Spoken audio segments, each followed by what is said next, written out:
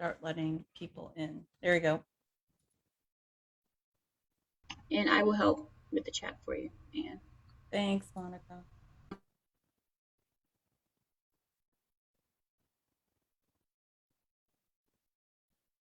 And I think Rachel's going to drop in the link for the live stream. If you guys have people that can share it, that would be really great.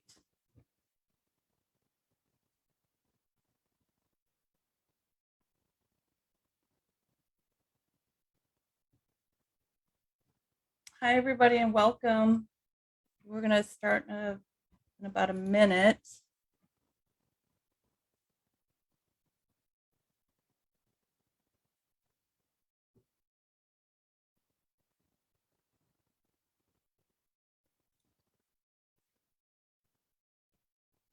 So welcome.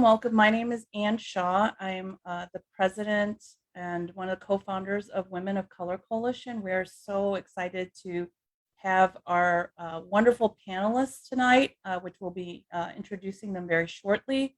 We're so happy that you're here joining us tonight in this very important discussion, which I think affects pretty much everybody in this country and their rights.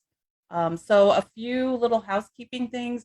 We asked everybody to please mute their mics so that we can enjoy everybody's conversation. We will have a question, answer, and comments time at the end of this programming. So, and you're free and welcome to use the chat box to put in your questions as well as any comments you have.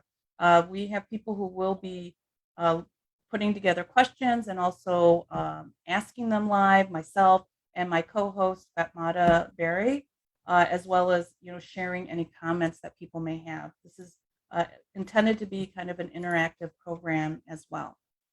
So with that said, I'm going to go ahead and introduce our very first panelist, not the first but not the least, and not the everybody's equally as exciting here. I'm going to introduce Oni Blair. Oni, if you want to wave. Oni K. Blair is a skilled leader and policy expert with local, national, and international experience. Ms. Blair is the executive director of the American Civil Liberties Union of Texas. The ACLU of Texas, a 60-person team spread across 5 major cities, focuses on voting rights, sexuality, and gender equality, smart justice and police reform, and border and immigrants' rights, in addition to free speech and other core civil liberties issues. Prior to the ACLU of Texas, Blair led Link Houston, a nonprofit organization that advocates for equity in transportation.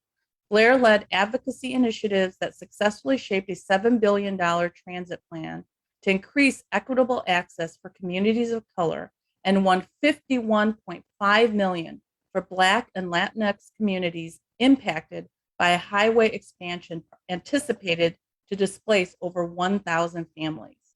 As a Foreign Service officer with the U.S. Department of State, Blair directed the Human Rights Bureau's Near Eastern Affairs Office and served as special assistant to the U.S. Deputy Secretary. Blair worked at the U.S. embassies in Jordan, Pakistan, and Iraq, and oversaw $150 million in humanitarian assistance. Blair served on the Biden-Harris Transition Agency Review Team for the State Department and co-chair of the transition team for Judge Lina Hidalgo, the chief executive of Harris County, the 3rd largest county in the United States. Blair is a member of the Council on Foreign Relations, a fellow of the Truman National Security Project, and a non-resident 2021 to 2022 Belfer Center Fellow with the Harvard Kennedy School. She's a graduate of Texas University and the Harvard Kennedy School. Thank you for joining us. And I think, Fatmata, you got the next guest.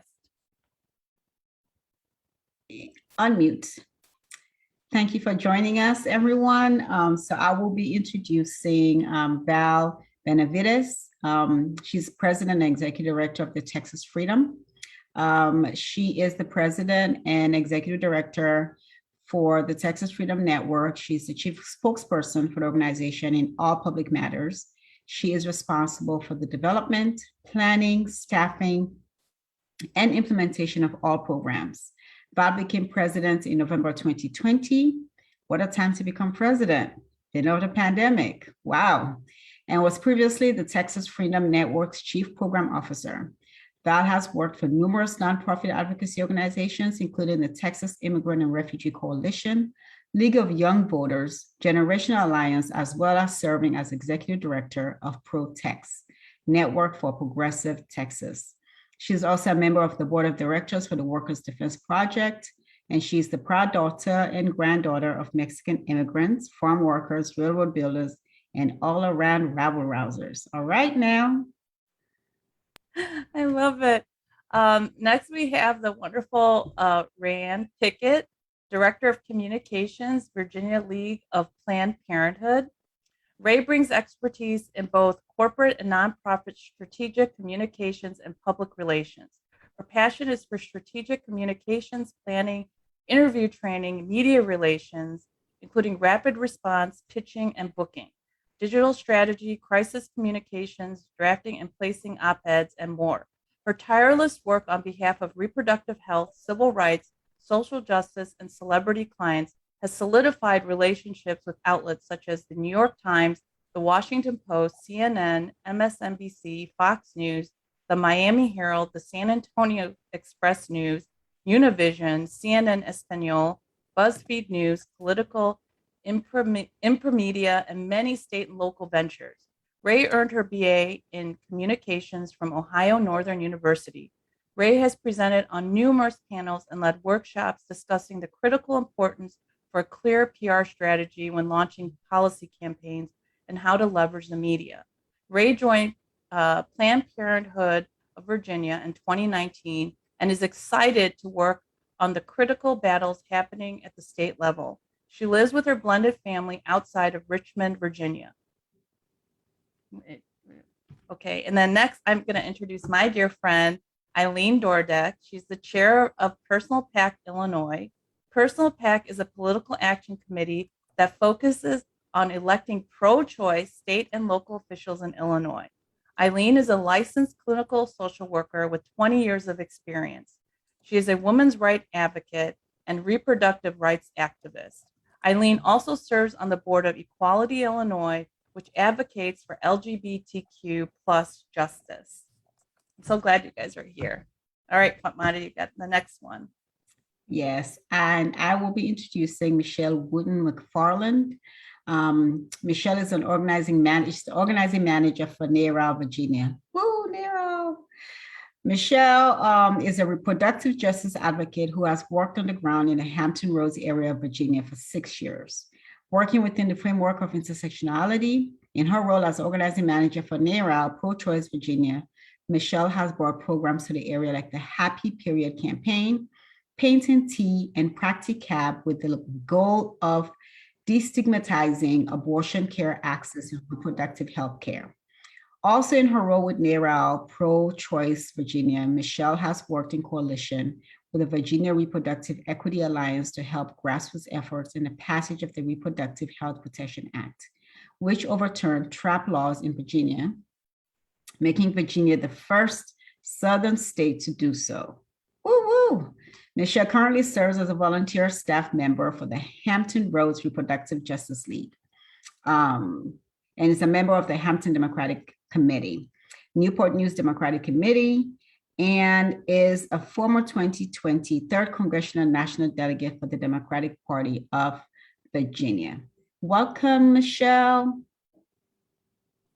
Wow, you guys are so impressive. I'm so excited. So we're actually going to start with Oni because many of us want to understand what is this Texas abortion law, and is it effectively an abortion ban? That's basically what I've been seeing in the news. And what is the ACLU of Texas's position? What's happening? I know I'm giving you a lot of questions here. That is a lot. Thank you so much, Fatima and Ann, for hosting this event today with the Women of Color Coalition. It's really great to be here.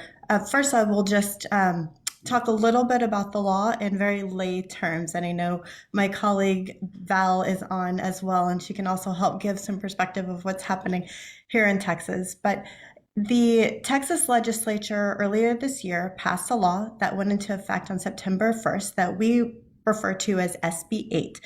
And this effectively bans abortions at 6 weeks. Now, the reason why this is a little bit different than laws that we've seen in the past is that the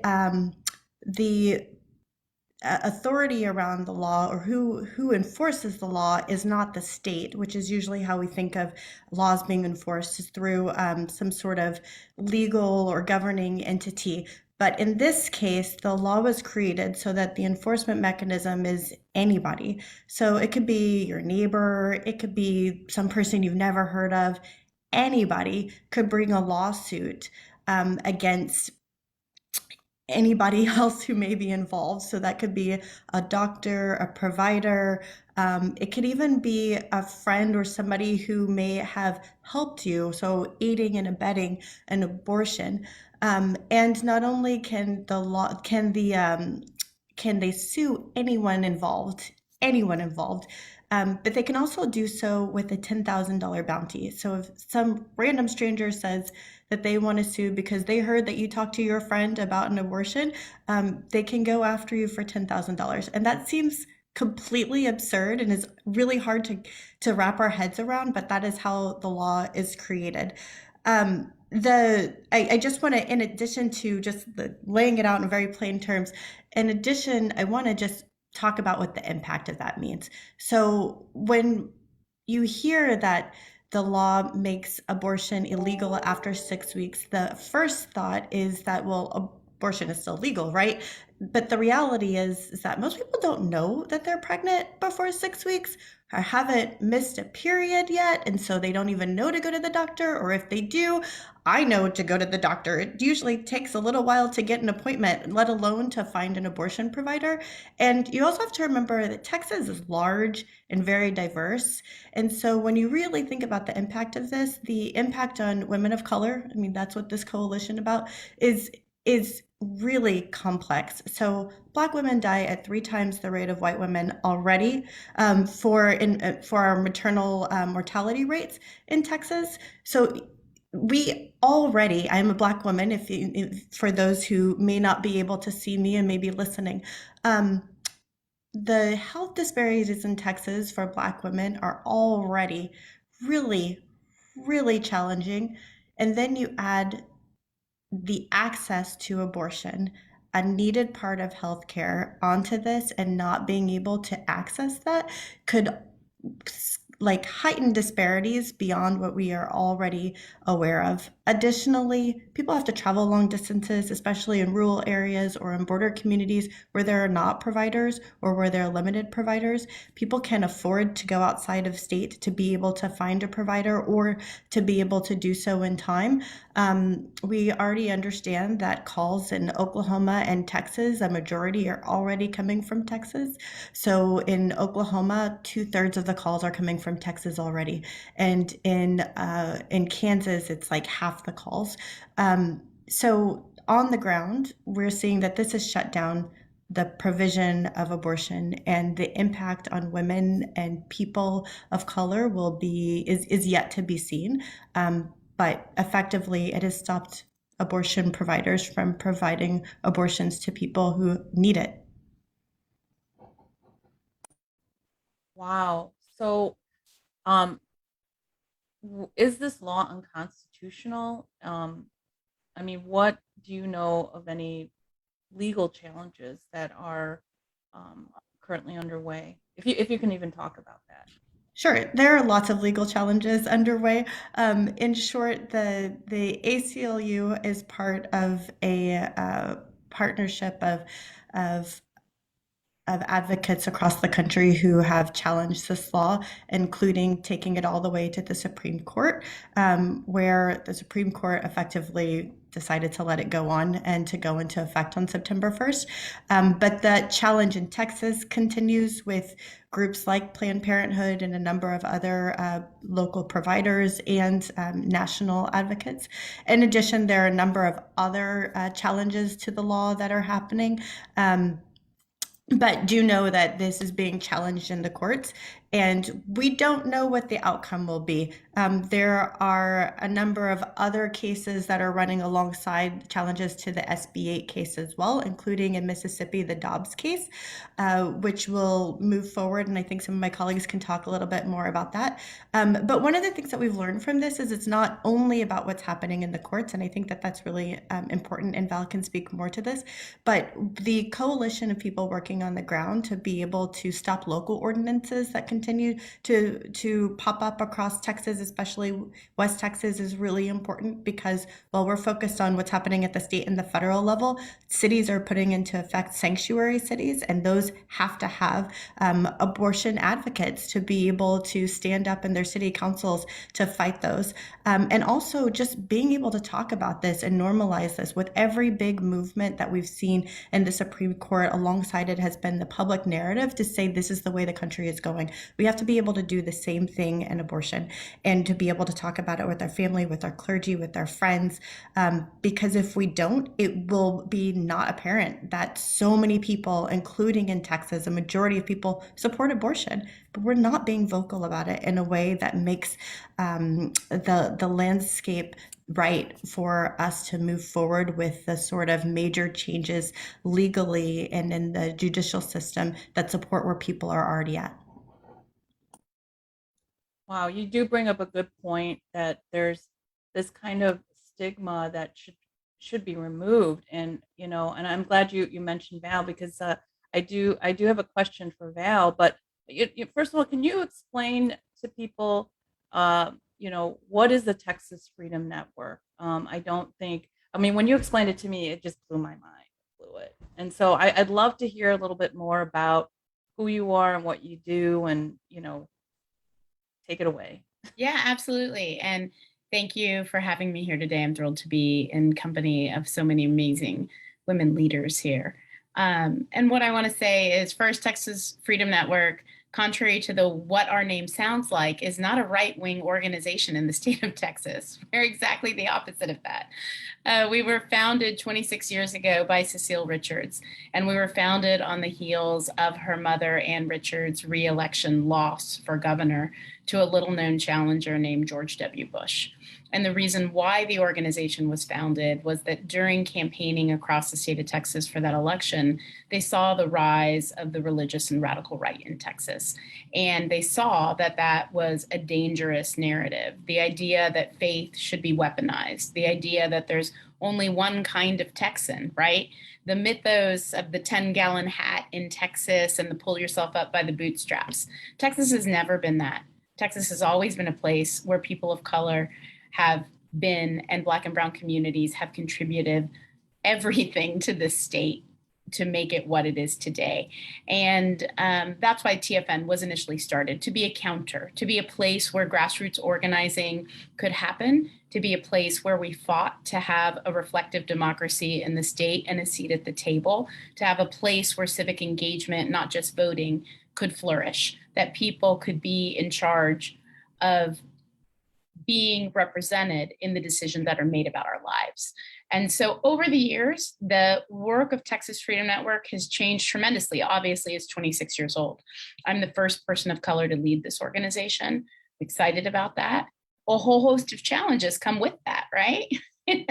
So I look to my partners like Oni and other people for strength and for support as we move through this together. The populations we work with, we organize with, are clergy and faith communities, because from the very beginning, the Texas Faith Network was started because there was a recognition that Texas still really is in the seat of the Bible Belt. And many of the things that we see that are happening are being used with faith to divide us. And we knew that we needed to have a response, and we need to have clergy talking about progressive values and supporting communities and showing up for communities. So one of the ways we do that work in the reproductive rights, health, and justice space is that we have an organization called Just Texas, a program called Just Texas, and it's Faith Voices for Reproductive Justice. And under that umbrella, we have something called the Reproductive Freedom Congregations. And we worked with our partners in the LGBTQ movement to understand the open and affirming congregational designation that they give to congregations who are that. And we modeled a Texas-based reproductive freedom congregational designation from that. And so what that means is that the whole congregation goes through a process. There's training involved, there's listening involved, until they are ready to move into a place where they go for that designation and take it on, right? And so what it means in practical terms is that thousands of people in the pews of their congregations are having conversations and dialogue about abortion in Texas. And this is what Oni was talking about earlier. It's the culture change work. It's the hard conversations that need to happen. It's that the people who have had abortions need to feel love and support from their houses of worship, not stigma and shame. It's that they need to be able to freely share that and understand that they are supported and accepted wholly. So that's the work in that arena. The other area that we're most known for is our Texas Rising program, which focuses on building the power of leaders in Texas through organizing with young Black and Brown communities in the state. And we do that through all the time advocacy, leadership development, and civic engagement work, elections and voting, voter registration, and GOTV work. It's a really powerful force. So to see that work and the issue areas that we cover as an organization are reproductive rights, LGBTQ equality, voting rights, immigrant justice, criminal justice reform, and climate justice. And all of those are having a real difficult time right now in the state of Texas. And one of the reasons why is I want to tell you something counter to the narrative that people always say about Texas. It's too big, it's too red, it's too hard, it's too this. The truth of the matter is organizations like Texas Freedom Network, the ACLU of Texas, VOW, Planned Parenthood, Texas Votes, have been doing really hard things and hard work for decades. And we've been building that base and building that muscle. And we are winning. We are making wins on the local level. Our electorate is changing. Year over year, we have record voter turnout. And that record voter turnout is women of color and young people of color who are turning out. And so everything happening in this moment, this legislative year, this ban on abortion in Texas, the fact that today there's a hearing attacking trans children, right? All of these things, wave after wave, is because we have scared the bejesus out of the leadership. They are fully aware that they must use all of their political capital in this very moment because they don't know how much longer they will be in power. And we are doing everything in our power to move that needle further, and we'll continue to do so. So, part of that is being a part, as our partners have said, a really robust coalition in the state of reproductive rights, health, justice advocates, from the funds to Planned Parenthood, to the ACLU, to others. There's numerous organizations involved in this, and everyone is playing a part. So Texas Freedom Network's part is to amplify the grassroots. It's to build the leaders. It's to put them forward. It's to continue to give the political muscle that allows us to have accountability, to continue to make that path forward for what this co-governance should really look like, and to defend our communities and be vocal about it. So I really think one of the most important things that everyone on this call can do is talk about it. Talk about it all the time. Like, don't let it go. We're not going to let this happen silently. There's no way. And we need everyone's support across the country to understand that and to help us, because from this moment, there are organizations who will do the policy work. There are organizations you can support who will take people across state lines to get the care that they shouldn't have to be traveling to receive. There are organizations who will be at the legislature every step of the way. There are organizations who are making our maps about what it means in this next electoral cycle, where the targets are, what we need to do, and what those numbers look like. So there are strategies in the state on the C3, C4, and PAC side, and there's plenty of opportunity to support and join us in the state to help push that forward. Wow, thank you so much, Val. I mean, just to give you a little insight, we as Women of Color Coalition, we learned a lot from our wonderful panelists about how important it is to normalize, as Oni had mentioned, the term abortion, right? Abortion rights, and use that term because there should be no shame in that, right? And then the second thing is also to recognize that, reproductive rights are gender neutral, and that we need to be very cognizant to have the same message because we need to be more accepting and be open. And so thank you so much, Val, for your work, for Oni's work. I know we have more questions, and we're going to be circling back to you guys as well. Wow, that's all I got. That's great. It really, really says a lot about the work that's been going on that many people are not quite aware of that's been happening. And I think this is where sometimes we are not as good as the other side, and narratives and putting things forward that we're working on. We work in the back so much that I think sometimes we forget to really push in front so everybody can see what's really happening. And so their narrative sells as the thing when that's not really the thing. The real thing is what you, Val, and this organization has been doing, and other organizations like yourself. And it's so amazing. I'm so glad we're having this. And I think this is probably something we need to push out more, even more than what we're talking about here in Women of Color Coalition, but make it more known that this is happening and it's there and it has been there. But my question is for Rae, Eileen, and Michelle. How does this law and the way it has been structured affect abortion rights for women outside of Texas? Because, sometimes people say, oh, I'm not in Texas. This thing doesn't really affect me. What does it have to do with me? I don't live in Texas. I live in New York or whatever. How does it affect them? And I have another question, but let you guys answer that first, and then we could come back. Well, I can answer first. I know Michelle and I'm sure my other colleagues will have more to say, but what is happening in Texas, one, is not just about abortion, and two, it is not staying in Texas. So what it is also, like Val said, you didn't just wake up. No one in Texas woke up and was like, oh my God, something bad is happening on abortion here, right? People have been working in this to stop this very thing for decades. And it is not accidental that this has been also the worst legislative year for reproductive rights since 1972. None of this is accidental, right? I think it was Oni was talking about, how this law is absurd, right? The absurdity is part of it, right? Because this is all part of a bigger package. The legislation is one part. The bigger and broader goal is to shame and criminalize people, including people who are seeking abortions, but also clinicians and providers. And so what are we talking about in terms of what happens in Texas? How is that affecting us? Well, one, it should matter anyway.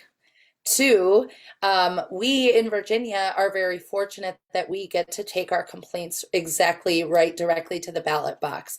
And we can do that, today for another half an hour, for early voting and until November 2nd.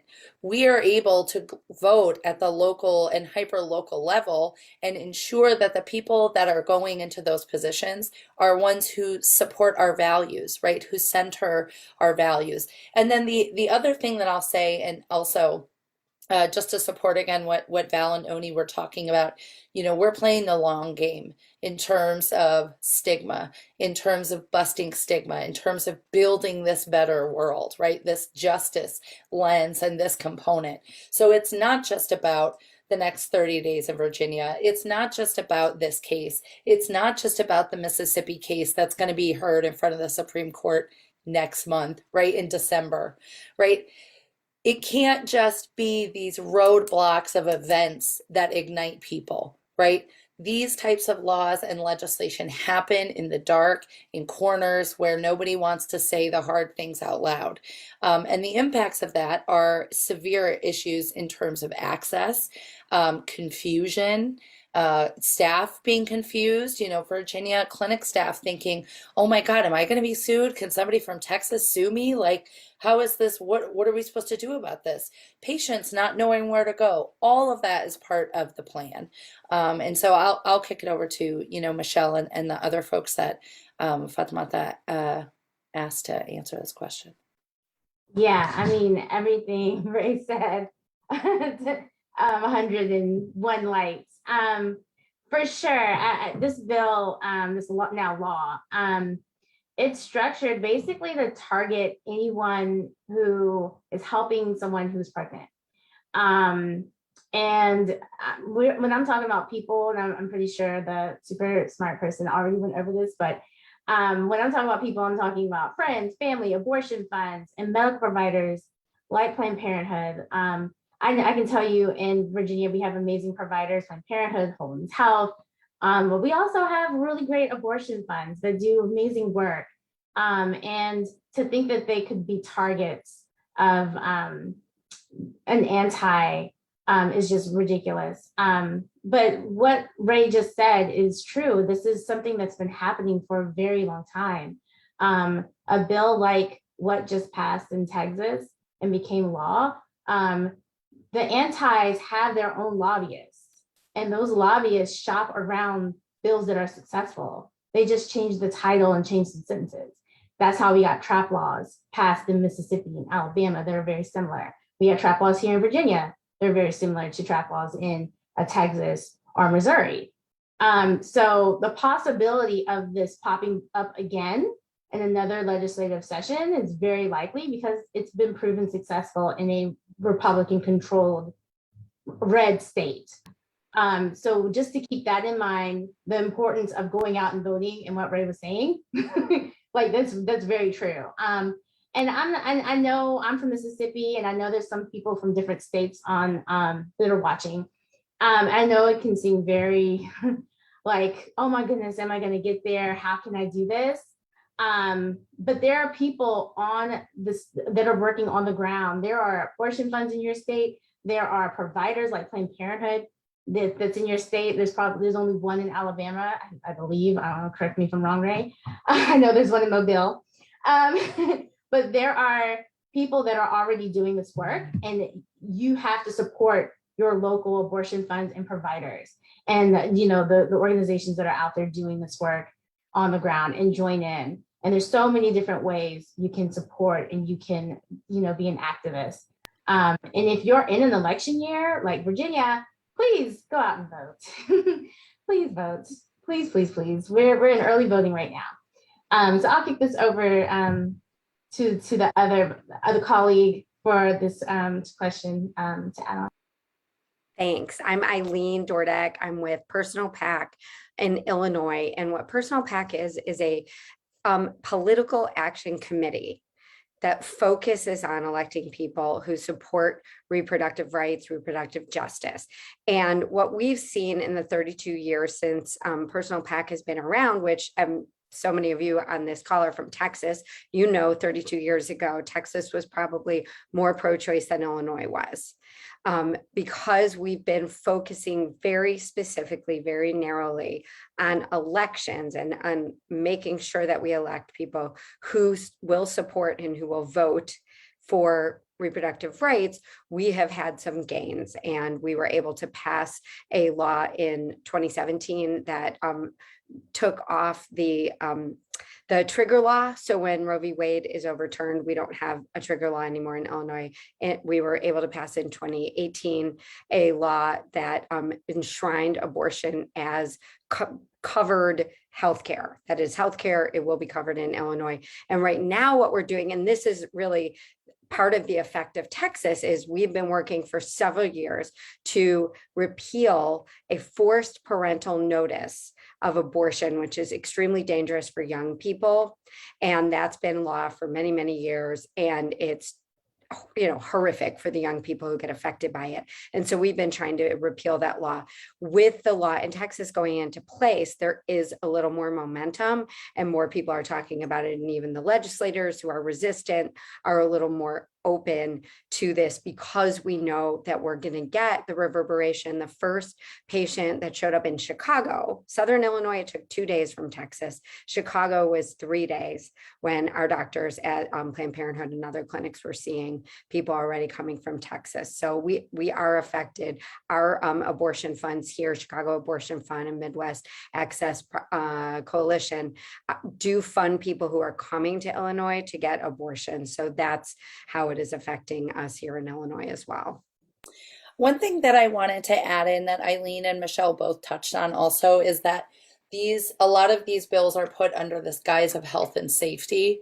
Well, how, Eileen, why would you want, babies to have abortions, right? And people really oversimplify some really complicated, complex situations, right? When you really get down to it, a lot of us who may think that we're in the minority in our support for abortion might be really surprised, especially in Virginia. Michelle, I know NARAL Virginia put out polling, it was not that long ago, I want to say 2 years ago, that showed 79% of Virginians want to support access to safe legal abortion. 79%, that's a lot of people. And I am not a betting woman, but I would wager that if you ask people those same questions today, that number is going to be even higher. Why? Because we know that, some candidates here in many different races in the House of Delegates and the statewide races have said very clearly and in no uncertain terms that these Texas-style bans and Mississippi and Tennessee and Florida, right, that these bans are doing exactly what they are supposed to be doing. And I also want to say, for folks who might be afraid or concerned, that abortion is not a dirty word. That abortion is healthcare, and as we are all playing the long game and busting stigma, it's really important that we recognize the power that our words have, right? That's why we make sure that our language is inclusive. We want to make sure that trans, non-binary, gender non-conforming folks see themselves in this work. We want people to know that providers and patients, they see themselves in this work.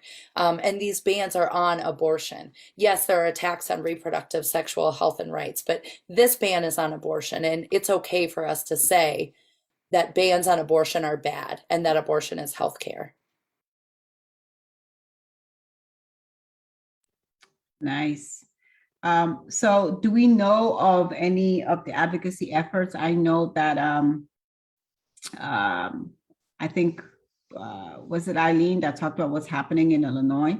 Do we know of or have other ongoing efforts and advocacy going on for providers and advocates that we know of? Oh yeah, I know Michelle can talk about this, but I just dropped our Planned Parenthood advocates phone bank link in the chat. But yes, you can join Planned Parenthood in that respect, and Michelle, I'm sure, has tons more. Yeah, and I'm pretty sure Cassidy or Michaela will drop that link for us as well. Phone banking, virtual phone banking, it's through Zoom, so it's fun. It's with me, so I would never ask people to sign up for nothing that wasn't fun. But if election work isn't your thing, which I hope it is, there are many ways you can volunteer. And I'm speaking from a Virginia point of view. You can volunteer for the abortion doula project that's happening with Planned Parenthood. You can volunteer with Practicab with NARAL, where we give transportation to people who need rides to their appointments. Or you can give money, that's always great, to abortion funds, to nonprofits that work in the legislature, in your state legislature. There's so many ways you can get involved, and there's so many ways that you can help. So I can tell you, here in Virginia, we did successfully overturn trap laws, which was really amazing for us, because we have been fighting so hard as a coalition of reproductive. Michelle, could you quickly explain what trap laws are? I know Yes. somebody put it in there for people who don't know what that is. Yes, so trap laws are targeted regulate. Hold on one second. Trap laws are targeted restrictions on abortion providers. And so what trap laws did, and they were very successful over a span of like almost a decade, going back to 2010s, legislatures on the state level were passing these laws that were requiring clinics to have, hallways X amount of wide to pass a gurney through. If they didn't remodel their clinic by a certain date, they would have to shut down. And then that's costly, right? So if you're a private provider, you don't have the money to do that. So here in the state of Virginia, it closed a lot of abortion clinics. I'm pretty sure Texas really took a really big hit. In Texas, Whole Women's Health actually took the state of Texas to court, and the Supreme Court heard a case, the Whole Women's Health case, and they won. And trap laws are unconstitutional. However, they are still in the books, and a lot of states like Mississippi and Alabama that are ran by anti-abortion politicians, Republicans, okay, they still enact these. There's still a lot of the clinics have to abide by these crazy laws. Like one of them is a provider has to inform a patient that they're going to get breast cancer if they have an abortion. Just the most insane things that you would find a protester outside of a clinic telling someone to scare them out of making a choice for themselves. That's what you'll find in these pamphlets that by law in Mississippi, the one abortion clinic that is available, which is in Jackson, the provider has to actually tell patients this. And then there's a waiting period, which is also another barrier. So it just creates barriers for people who are seeking abortion care access, and effectively shuts down clinics, which it has effectively done in southern states and Midwestern states. Here in Virginia, because we were able to gain power and control in the state houses and keep control of the governorship, we worked really hard to do that. Don't know how we did it, but we did it. We were able to overturn trap laws with the Reproductive Health Protection Act, and able to bring in some providers like Planned Parenthood, open another clinic in Richmond afterwards.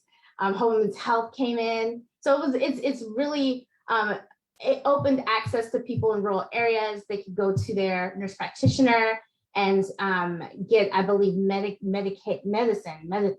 medical abortion to get the pill. So it just really opened access to people across the state. And now our bordering states that are in trouble, they are coming into the state seeking access to abortion care. And we saw that already with COVID, because Texas, y'all, that governor down there, Mississippi's governor's crazy, but y'all governor shut down abortions for a period of time during COVID, during the pandemic. Yes. Operation. And so Whole Women's Health was actually flying in their patients into Virginia so their patients can get the care that they need. Can you imagine? That's right during a pandemic. We don't really know much about COVID. Can you imagine how fearful it is just to get on a flight during that time? That's how much of a need abortion care is. And thankfully, Whole Women's Health was able to do that. But, how many people didn't have access or did not have the ability to get a flight or to go to, a bordering state? And that's vast, especially in a state like Texas that's so spread apart and so wide. I mean, it's unbelievable. So that's what trap laws are. I think I just lost what I was talking about. I'm so sorry. Can I jump in really quickly? Yes, please, Oni. Oh, okay. Oh, Just sorry. real quick, before Michelle loses completely what she was talking about, can you, because during your discussion just now, you talked about people helping with doulas. Can you explain what a doula is for those who are listening who may not be aware? I'm a doula. Oh, Michelle's a doula too. I am a birth and abortion doula. So I support people who are pregnant regardless of how their pregnancy ends. And I provide abortion doula support in totally different ways depending on who it is. Um, I will get people who text me who I never know what their name is. I never know, what happens. They ask me, where can I get funding? Here, I send them to the National Network of Abortion Funds. Where can I find childcare? Where can I get a gas card? I need, who can I talk to, about domestic violence? Who can I talk to about this? Can you drive me to my procedure? Can you pick me up? Can you be with me during my procedure? Can you hold my hand? Can you give me an ice pack? Can you play music for me? Anything like that, that's what a doula does. The doula's whole job is to provide non-medical care that comes in the form of emotional or physical support. And, a lot of folks who may have had a birth doula, oh my God, I love my doula. My doula made me feel amazing. Oh my God. That is exactly how a doula should make you feel. And that is exactly how, especially at Planned Parenthood, where we are launching this, where the Virginia League for Planned Parenthood is launching this program, that's something that every Planned Parenthood abortion patient will have access to, is a free abortion doula for them on site during abortion procedure days. So, Thank you. Sorry, Oni. No, I'm sorry. I wanted to touch on two things that Michelle and Ray brought up. So Michelle laid out a number of, well, she explained the trap laws and a number of restrictions that had put in place. And Ray had also made reference to the series of laws. And I just wanted to add that in Texas, in addition to the bill that we're talking about that was passed and signed and went into effect on September 1st, the Texas legislature also recently passed and signed into effect another law that restricts medical abortion at 7 weeks. So in addition to abortion procedures, we also have this additional bill.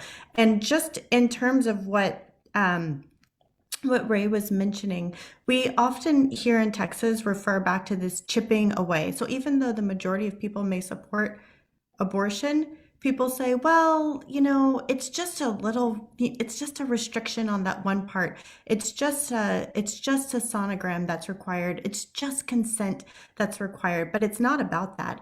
Collectively, these have a huge impact and take away from the right to an abortion, and it will never stop.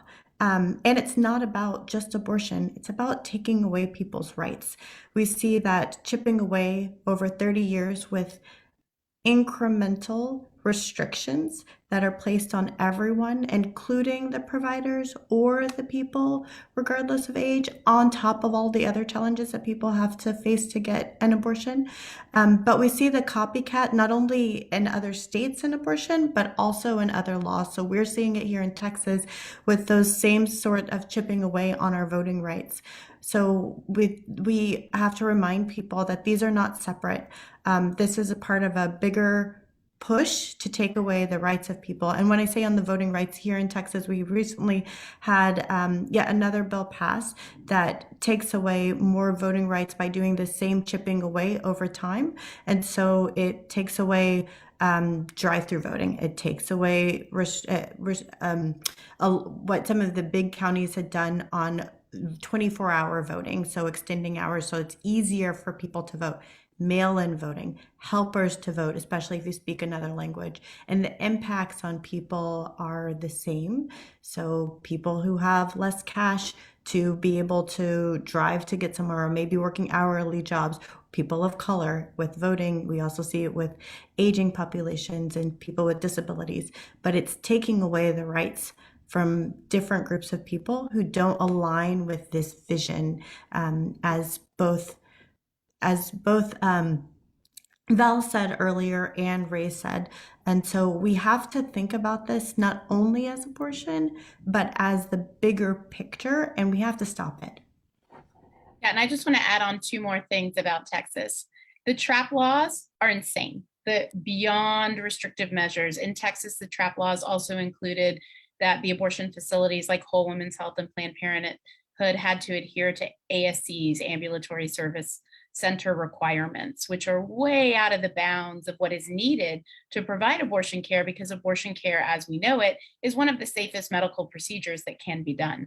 In addition to that, it also required that doctors had hospital admitting privileges, which on the face of it, you might be like, oh, that's a good idea, right? But it's actually really difficult for the doctors to be able to get those admitting privileges. And depending on what type of religious affiliation a hospital is, they may deny that abortion provider's ability to do that. So it's all of these hoops that just come up and come up and come up, and then they associate damages with that.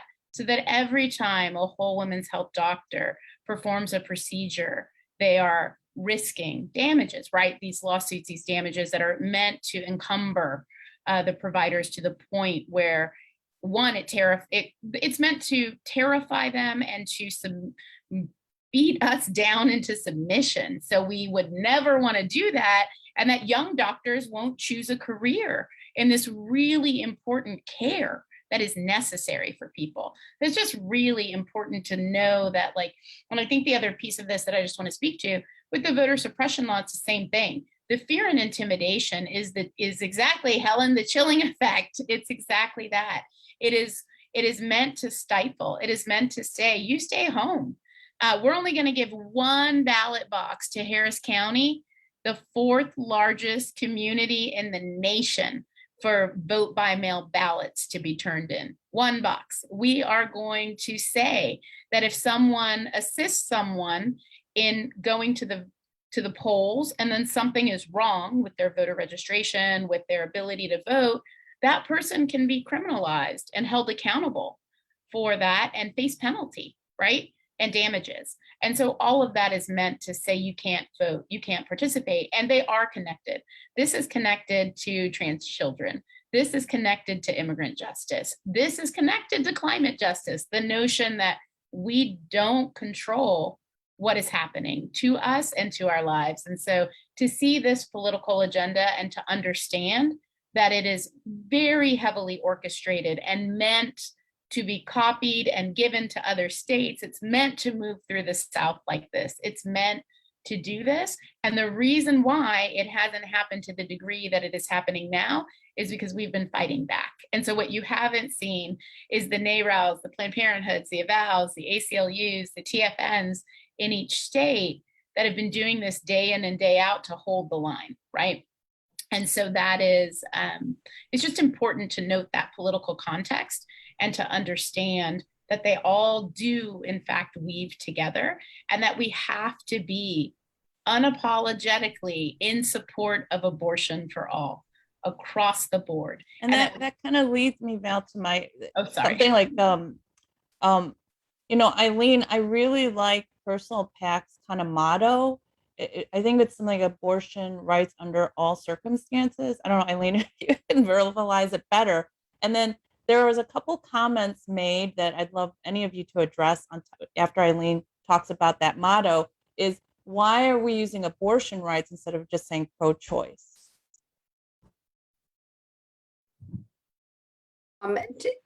I'll just address, we here in Illinois, we have a huge coalition of organizations, ACLU, Planned Parenthood, Personal PAC, who work together to fight for access, full access. And one of the comments I wrote in, but I haven't pressed put in the chat yet, but basically we know that rich people can get all the kind of healthcare they need. And what we fight for here in Illinois is to ensure, and I know you all do too, but to ensure that all people have access. And so we got Medicaid funding reinstated, which is really, really helpful, as well as making sure we have clinics around the state so people can access them. We don't have the waiting periods and we don't have the trap laws, but it also puts a target on our backs because we're one of the few states in the Midwest now that has access. And it means that, when they do the work in the other states around us, they don't need to put their money in the antis, and they're going to come after Illinois. I can say, so I know there's a lot of discussion about Roe and what happens if Roe is gone. But the truth is that Roe has never been a reality for people of color, for immigrant communities, for rural communities. I can tell you in Mississippi, there's one abortion clinic, one. So we have to keep in mind that moving towards, first off, it destigmatizes abortion by saying abortion rights, but also making sure our messaging and our language matches the reality of what many folks across this country is really facing is extremely important, because just like Ray said, we're trying to bring people into this movement, and they need to see and hear from us who, you know, a lot of us, we're at the state houses, right? Like we're lobbying on behalf of a lot of people who may not have time to go to a lobby day or to talk to a legislator. So we need to make sure as advocates ourselves that we are speaking on this issue from a point of view that is the reality of a lot of people that we're representing when we're going and speaking about abortion rights, our reproductive health care, right? Like we want to make sure that matches. And we also want to make sure we're including a vast majority of the communities and diverse communities across the country. But just to keep in mind, because I know a lot of people are like panicking about Roe, but a lot of us in the movement, we're like, yeah, but Roe was never really a reality for a lot of people in southern states, in the Midwest, where trap laws have effectively legislated out a lot of access for a lot of people. So we just really, a lot of states are living in this like post-Roe world, to be quite honest. So I don't know if Ray wants to add on to that. Yeah, no, I think that's excellent. I think the other relevant points are things like Val brought up the like admitting privileges and the gurney. You don't need a gurney for an abortion. And the fact that we don't talk about what an actual abortion is because we don't know, we don't want to talk about it. You don't want to talk about abortion. It's okay. People need to know what to expect. As a doula, people come in and they're like, well, you know, they expect to have like open heart surgery, and that is not at all what abortion is like. That's not what healthcare is like. And when we are more comfortable saying the word, talking about it, knowing what to expect, supporting our loved ones, 1 in 4 people who can get pregnant will have an abortion in their lifetime. That's a massive number of people. And when we just say, oh yeah, well, I guess we do need a gurney. Like, I guess that is about health and safety. When we cede those points because they don't seem like a big deal, then you see what Oni and everyone else pointed out is that, you know, you wake up one day and you're like, where did all of these rights go? What was happening? And now we're all caught up. In the last 55 minutes, everyone is caught up. And now we're all on the same page. So we just have to have this conversation with every individual in the United States of America and convince them that it is worth it to help stand up and protect our rights. Wow, mic drop. So I want to encourage our audience, if they have comments or questions, to, you know, let us know in the chat. I do want to point out, Eileen posted in the chat about how abortion is safer than Tylenol. And it sounds like that opponents are really also doing this whole politicizing of medical treatment, healthcare. You know, I don't, it's crazy.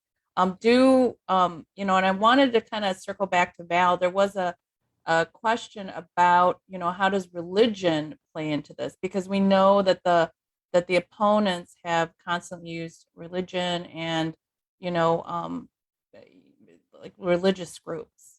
Definitely. And that's definitely one of the things that in SB 8 is so terrifying. It's that the relationship between people and their pastors, the relationship of getting counsel, right? Of being able to speak to the person who is your faith leader about this could render the faith leader in a position where they are facing charges and damages for supporting, someone's right to receive an abortion. And, I think what we have found in Texas and through our work is that there is so much stigma and shame wrapped in for people. At Whole Women's Health, they do this incredible thing where people journal, right? They can journal in these journals, these anonymous journals.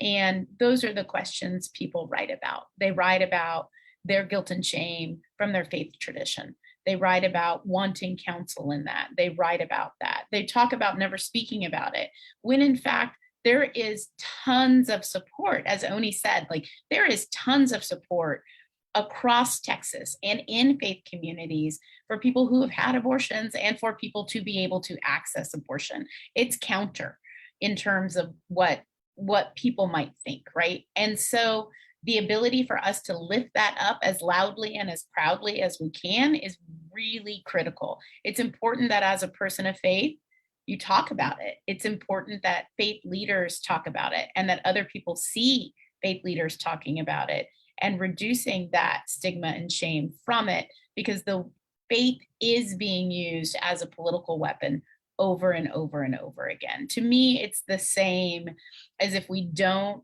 say it's okay, if we don't say we're pro-abortion, if we don't challenge our faith communities and our faith leaders to do the same, then we're perpetuating this continual disservice to people rather than lighting the path forward. And there are tons of faith leaders who want to do that. And there are others who might be in the wings about it. But when they see a member of their community come forward, it gives them strength to emulate that as well. And not all faith communities are going to do this, okay? The Catholic Church isn't going to turn over overnight and decide this is okay, right? But there are a lot of faiths who will, and people who can step in, and even members of a faith community. There's Catholics for Reproductive Choice, right? So, there are communities within subsets of faith denominations that can be quite vocal on this as well, and that deserve to be supported and continue to support them moving forward. Oh, and I also wanted to respond that in terms of advocacy in Texas, we don't have an election on this November, but we will have a big primary coming up in, redistricting is happening. So it used to be March, but it might be May, maybe June. So all of this will be moving forward similarly in Texas in some short days, months coming forward. And similarly to Virginia, there are buckets of organizations to fund, and I'll gather up all those links and make sure that Ann and others can share them back out.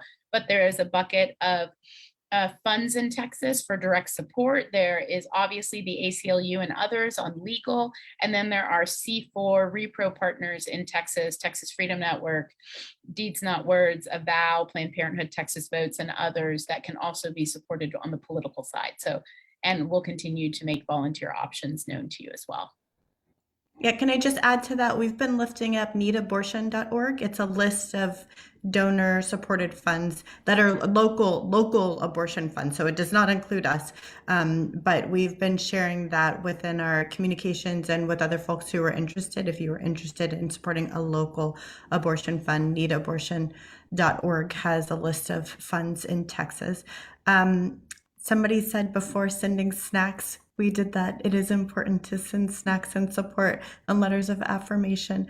And then if you happen to be listening from Texas, there's also the Texas Abortion Access Network, or TAN, that several groups support, but it is a coalition building up of local advocates, as I mentioned earlier, particularly to fight the abortion ordinances that are popping up across the state. And so it's a way to get trained and to get support and to get materials to help individuals in their communities to be able to support abortion rights. I wanted to jump in kind of on what Val was talking about with religious leaders talking about abortion and advocating abortion. We also need to get our elected officials to talk about abortion, to advocate personally for abortion, access, for rights, for changing laws, and by really holding them accountable to the, when you put up legislation and really holding them accountable, it takes putting money into elections. It takes putting people into the elections, knocking doors, or, supporting specific candidates, and then educating them as well. So at Personal PAC, one of the things we do is we do endorsement interviews, and part of that is education. We know a lot of them are not comfortable talking about abortion. And so if we're going to hold them accountable to support abortion rights, abortion access, what we need is for them to be able to discuss it. We give them those talking points. We encourage them to be more comfortable to talk about it openly. And then it becomes a thing. Now, when I show up at an event, people run away going, we're going to vote to repeal PNA, because they're scared of us. And that's what we want them to be. So I encourage you to talk directly with elected officials specifically about this issue, and encourage them to use the language so they feel more comfortable talking about it. Wow. Thank you, Eileen. Thank you, guys. Wow. This is very inspiring. I welcome the links, please. We will post them. We're committed, Women of Color Coalition, to working with these different organizations, especially now in Texas, with Val and Oni, as much as possible. I know there are some really wonderful comments.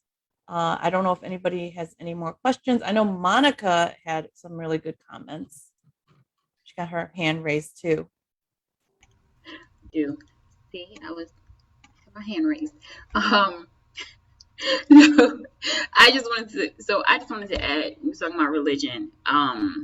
This is one of the reasons why, anytime we're in a political space or legislative space, whatever, separation of church and state is supposed to be a thing. And so, we have to make sure that we hold people accountable. We need to stop normalizing pulling religion into the political world, because, before political events, what do? We have a prayer, right? And it's like, why are we praying?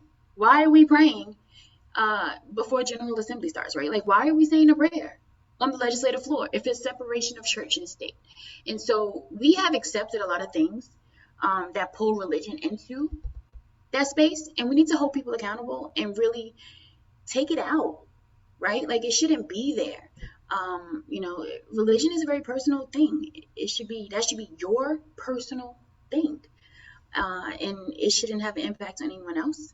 And when it comes to our legislators, I just want to say, y'all don't understand. Rae is something. Being at the General Assembly, lobbying with Rae is amazing. Especially, well, I'm just gonna let y'all know right now, we are a C4. We don't pretend to be nonpartisan or bipartisan.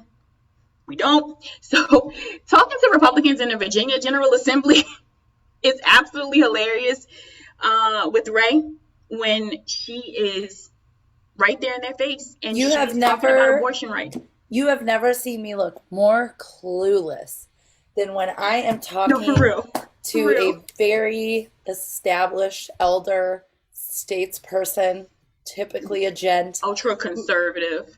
I'm like, hello. Oh, hi, little lady. What are you? I would like to talk to you about the rising rates of Black maternal death and how we can talk about systemic violence and racism. And they're like, oh my God, why did I talk to this woman? But you have to do it.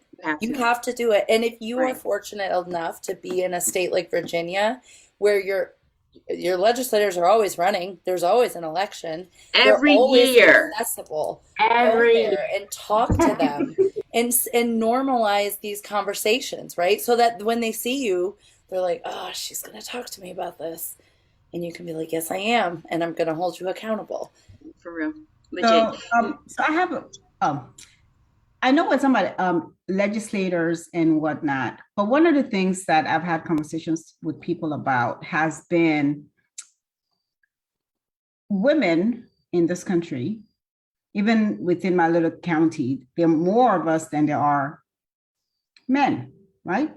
So, but the decisions that are being made for women is so anti-woman that it's crazy.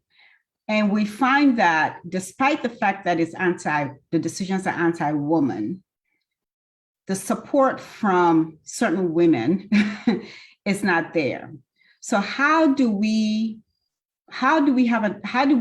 change our narrative or create a narrative or have a sort of campaign in place to impact the women in this country to actually come together and realize that you may vote in line with your male in your family, your husband or whatnot. But when it comes to women's health, how do we make these women understand that it's not just about, yes, it's about the right to have an abortion because that's constitutional, that's the law. You can have your personal belief system as much as you want, but the law is the law, and let's stop trying to regulate what you do with your body. How do we make the narrative work for women? Because if we're able to get women support, we won't be having these conversations, because that's just the reality. We will not be having this conversation if women literally come on board and not with their male. Yeah, so I want to be clear when we say, I'm assuming you're talking about conservative white women. Am I correct? Yes, well, conservative white women, but yes, we're talking about conservative white women, but let's also be very, very clear. We also have church-going Black women. I'm Muslim. We have people from my community who will not support these parts. So it's like to make sure we have a narrative that encompasses all these people, especially people who in most cases are along with us, because conservative white women in almost everything, they don't vote along the lines, right? They're not going to support for most of the time, right? But there are people from our end who we agree with most of everything, but then this issue seems to be this grind, brings everything to sort of like don't talk about that. So I can tell you, my mother-in-law, I can't talk to her about this. She's super Democratic. I'm a super Democratic person myself. But talking about this is not. She's a church lady. That's just what she is. Okay. She's the accountant of the church. I can tell you that what you're talking about and referring to is patriarchy. And this is a cultural thing. And it permeates in not just white conservative communities, but obviously communities of color, right? Because we deal with it as well. I can say that 9 times out of 10, if you have a conversation with a lot of people who are older, a lot of Black women, they have had either to make a choice about abortion, they're just not telling you, because we all know someone who's had an abortion. That's just facts. And for anyone to say that, oh, no, I would never, it's not true. And they've also, a lot of people have, especially older people, have faced barriers to access. And it wasn't until 1970 something they were able to get a legal safe abortion, right? So a lot of times when you talk to someone who's very religious, because I have, like I said, my mother-in-law is very much like this. We just had this talk before I had to go out to a rally in Norfolk. And she was like, I'll watch it. I don't support anything. I don't agree with anything you say, but I'm gonna watch it just for you. It's just a matter of just talking to that person and talking about their past experiences and dealing with accessing reproductive health care. I don't want to share anyone's story, but I can tell you that I've talked to elders who have had either abortions, had to do a home abortion, but they don't agree with it, right? Or they've had to take birth control. Maybe it wasn't prescribed to them because they didn't have access to birth control and they were too scared to ask their mom. So, when you talk to people, it's a matter of listening to their stories, listening to why they're so against it, ask them if they've had these experiences themselves and barriers to access to not just abortion care access, but birth control, maybe had bad experiences while trying to give birth. That has happened in many communities. So just talking to people about how they felt in that time in their life when they were trying to access reproductive health care, and how they would feel in this time period not being able to access whatever it is they need, because abortion care is health care. It's true, and that's a fact. And so we need to be able to listen to people, listen to their stories, and have them be able to empathize and relate to people who are of this day and age who are still trying to access the same things they were trying to access in their time. And I know Ray was trying to say something. Go ahead, Ray. Yeah, no, that I was just gonna, agree with you, Michelle, and just saying, as a comms director, I talk to candidates and staff and real humans every day about abortion. And you can never go wrong when you center the individual. When you pull yourself out of the situation, when you say to someone, I have heard that before. A lot of people feel the same way you do. But ultimately, you or I can agree that when someone has decided to end their pregnancy, they deserve support. They deserve love. They deserve accurate medical care that is for their health and safety, and not simply because a legislator put it there. And that's really when that's when people are like, oh, that's where you get that 79% of people support access to legal abortion in Virginia. That's where you get it. You don't go up to them and say, are you pro-choice or pro-life? People are like, whoa, whoa, whoa. I have a lot of nuance here. But when you say, when your aunt, your sister, your brother, your cousin, your whomever, when they need an abortion, how will you show up for them? Then people think, well, I want to give them a ride. I don't want them to struggle. I don't want them to be uncomfortable, right? These are the things that change culture, that shift those narratives, recentering that individual, and not allowing that sort of grotesque, sort of macabre idea and those sort of rumors about abortion to be the narrative, to correct that false premise, right? To say, abortion is healthcare. This horrific, scary thing you're describing is not healthcare. Wow. Thank you, ladies, so much. I think we're just about out of time. I do want to point out a couple of comments.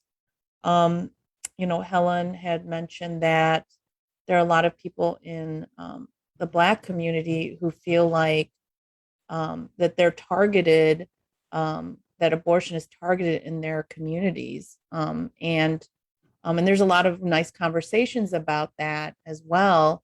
And I do want to point out, it's not just, there's also a lot of thoughts in the immigrant communities, right? In the Asian community as well. This narrative that's, anti-abortion, they do a very good job at their messaging. And, I feel like that, we on our end as pro-abortion, right? We need to keep that narrative going. I very much appreciate, I've learned a lot today as well. And, I hope that communities of color, people get a chance to see this, that we can be partners with all of you to fight this. I'm hopeful. I know Oni and I had talked about, that Merrick Garland has filed something as well on the Texas abortion law. And I don't know how that plays into it. And I know there's some confusion on that. So, we're looking for the links to how we can help. I don't know if each of you have any kind of parting comments before we close out. I don't know who wants to start. I just want to tail in on the messaging in the Black community. The antis have been very good, like you said, at pushing this weird genocide messaging. Yes. Yes. And they have reached out to the Black churches to push this out into the Black communities. This idea that Planned Parenthood is only targeting Black communities is ridiculous. Planned Parenthood is a clinic. They go where the need is for healthcare. And I'm pretty sure Ray can speak more to all the services that Planned Parenthood offers. But it is a narrative that they definitely push. They also push the narrative around white supremacy, because let's just face it, the repro space has been very white women led. White supremacy, Planned Parenthood with, you know, someone they don't even claim today in 2021. But that person wasn't the best person. And so they used that history and they twisted it and perverted it. And they've tried to push this out into the Black community. And they have been successful, especially with the religious people in our community. But honestly, it's a fallacy. It's their messaging and it's what they've been able to do. My job as a culture change organizer who's been on the ground is to combat that. And I'm pretty sure that is Planned Parenthood's messaging, as I'll hand this over to Rae so she can No, I was just going to say, thank you all so much. I know that this is not exactly a light topic, and comes some of us after a long day of already talking about this issue on what feels like a loop. But I do just want to say, it's so critically important to have these conversations, and it's important to have them when nothing sexy is going on in the news and when no one's paying attention. It is important to, adopt your local health clinic that provides abortion care. These are nurses and doctors and office staff, just like any other medical provider, except they get yelled at every day when they cross the picket line. They are called baby killers. They can't tell their in-laws or aunts or cousins where they work, right? And so when you send them a muffin or a thank you card, it really does go a long way. And yeah, again, don't be scared to say abortion. It's healthcare. That's what we're fighting for. If we can't have this discussion, who's going to have it with us? If we are too afraid, we're going to have a gotcha. Where are we going to talk about this? We have to talk about it with each other because there is no room for failure outside of here. I say here like we're not on Facebook, but yeah, like you have to have these conversations. Do not be afraid. I dropped my email in the chat because I don't want anyone to feel like they have to go away today without any resources to make them feel more confident about having this conversation with anyone.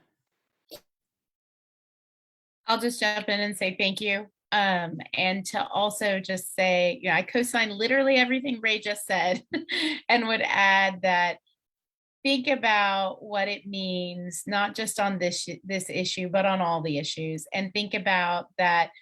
Don't stop. I know you all are incredibly engaged and are out there doing all the things.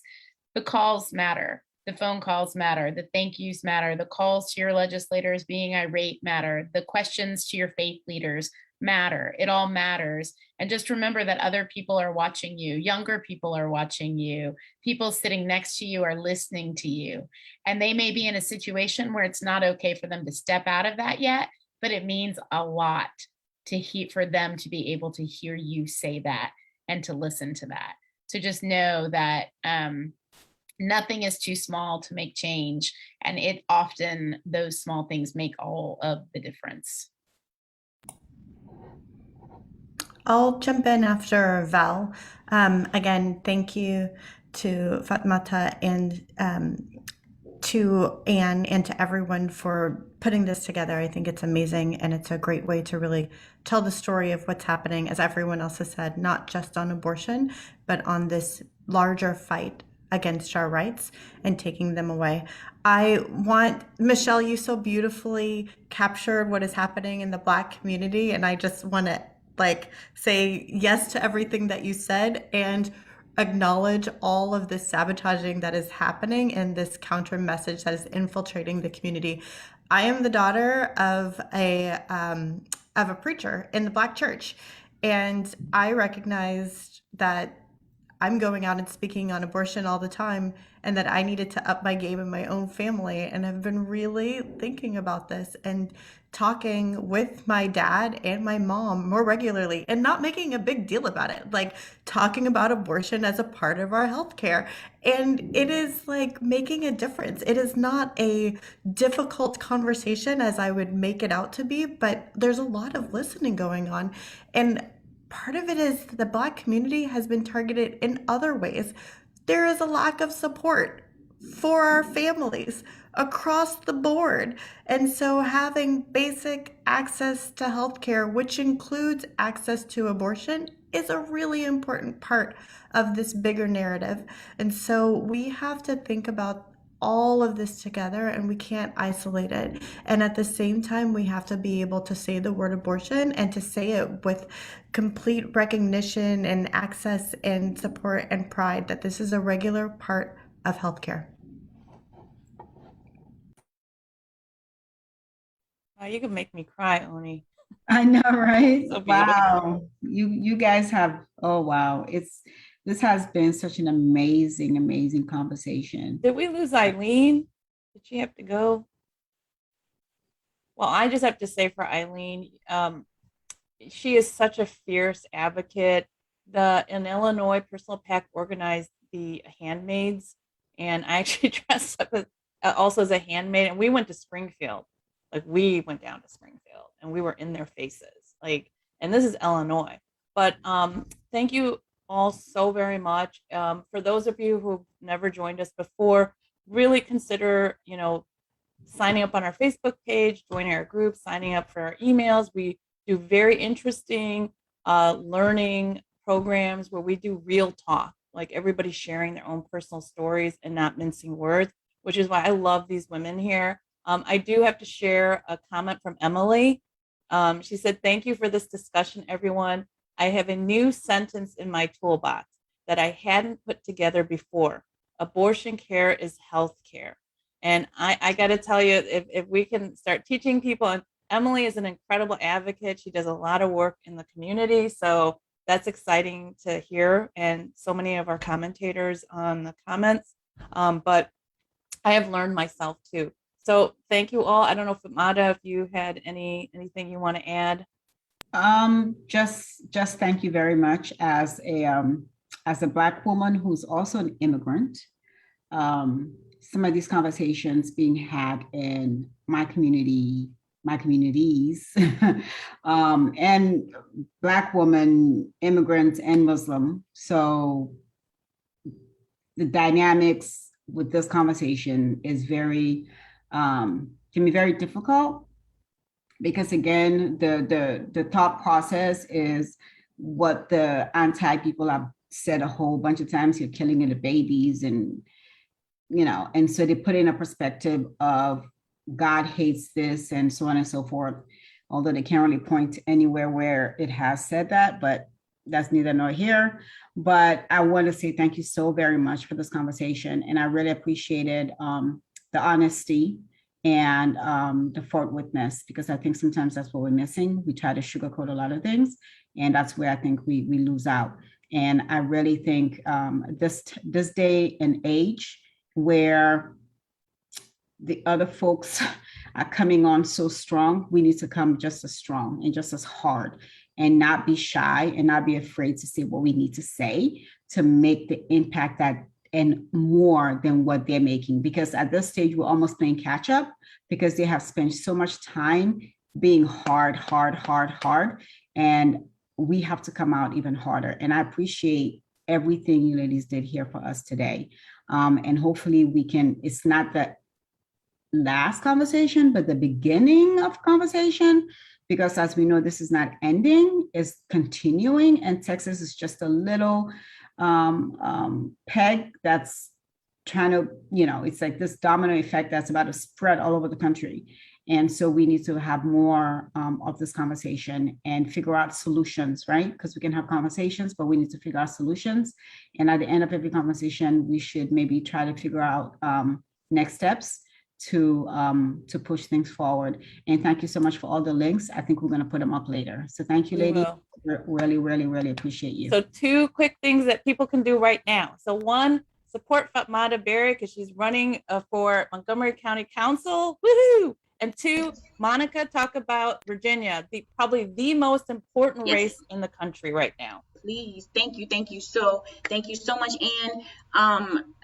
Like I said, for those who don't know, Monica Hutchison, I am the VP for Government Relations for Women of Color Coalition, and I would not be an organizer if I did not say that we need your help here in Virginia. Seriously, Virginia has elections every single year. Every single year we have elections, and this year is our election for governor, lieutenant governor, and attorney general. We are only one of 2 states that have governor and lieutenant governor on the ballot, and we are the only state this year that has attorney general on the ballot. We need your help. We need you on the phones. And for those who are in Virginia, near Virginia, we need boots on the ground. We need to be knocking these doors like never before. We need to be on these phones like never before. We need to be postcarding. We need you to send letters. We need you to activate your phone tree, whatever it takes. But we have to make sure that Virginia stays blue because we have got a dangerous man who is trying his best to make himself seem like he is this mild, moderate Republican, and he's not. He is absolutely not. He is just as dangerous as Trump. Actually, honestly, he's more dangerous than Trump. And the reason I say that is because he's not as rough around the edges. He has the ability to make you think that he's not who he says he is, but he is. And at the end of the day, for those in Virginia, anybody that knows me knows that I stand Senator Jennifer McClellan all day, every day. I am unapologetic about that. But at the end of the day, this is about Virginia. This is about what Virginians need. We have to continue moving forward with our amazing blue agenda that we have, the progress that we've made, right? For so many different things. We have been righting so many wrongs of yesteryears. We cannot stop. So once again, Virginia, people who want to help Virginia, we do need your help. This is about the issues. This is about the people. This is about ensuring that we have got a Democratic governor in that governor's mansion that will protect all of the progress we've done and that will be with us for the progress that we can do. So please, there are some links that are going to be right here in the chat. Like I said, you can always go there, reach out to womenofcolorcoalition.com.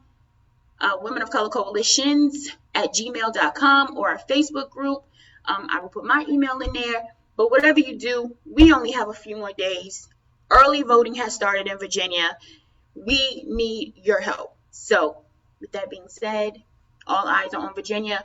Please know how Virginia goes, so does the rest of the country. So this is going to be the deciding.